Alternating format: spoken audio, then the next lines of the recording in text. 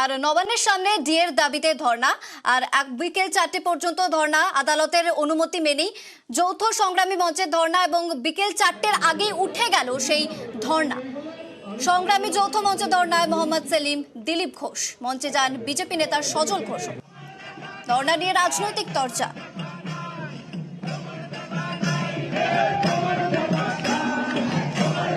নবান্নের সামনে ডিএর দাবিতে ধর্ণা, বিকেল 4টে পর্যন্ত ধর্ণার অনুমতি সংগ্রামী যৌথ মঞ্চ পেয়েছিল, তবে বিকেল 4টের আগে সেই ধর্ণা উঠে গেল। মানুষ রয়েছে, মানুষ আজকে সারাদিন ব্যাপী ধর্ণা মঞ্চের ছবিটা কেমন ছিল?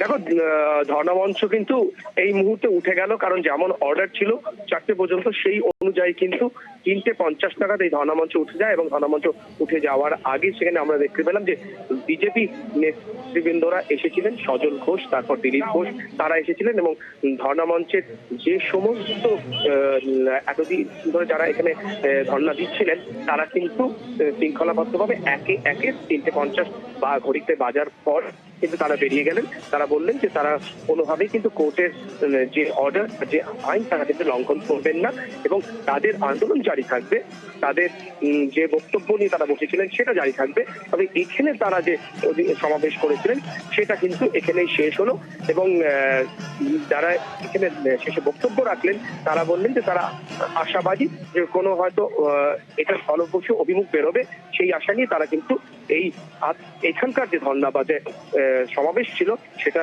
শেষ করলেন এবং তারা একে একে কিন্তু এখনো আমরা দেখতে পাচ্ছি শৃঙ্খলাবদ্ধভাবে প্রত্যেকেই কিন্তু নবান্নের সামনে থেকে তারা বেরিয়ে যাচ্ছেন এবং যেটা বললাম যে তার আগেও তারা সাংবাদিক বৈঠক করে বিবৃতি দিয়েছিলেন, সেখানে সজল ঘোষ এবং দিলীপ ঘোষরা এসেছিলেন এবং তারা এই মন্তব্য থেকে কিন্তু বক্তব্য রেখেছিলেন।